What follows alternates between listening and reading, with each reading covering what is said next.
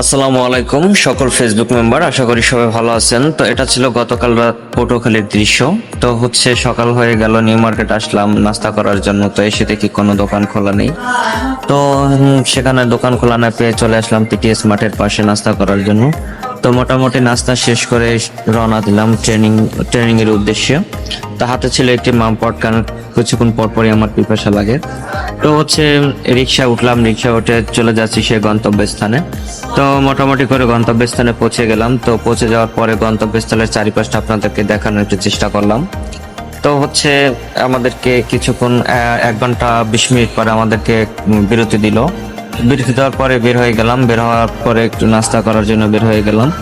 তো বের হয়ে যাওয়ার পর নাস্তা করতে বের হলাম। তো নাস্তা খাওয়া শেষ করে আবার যখন পানি নিয়ে আসলাম, পানি নেওয়া শেষ করে আবার রুমে চলে আসলাম। তো আসার পরে দৃশ্যটা কেমন লেগেছে অবশ্যই আপনারা কমেন্টে জানাবেন।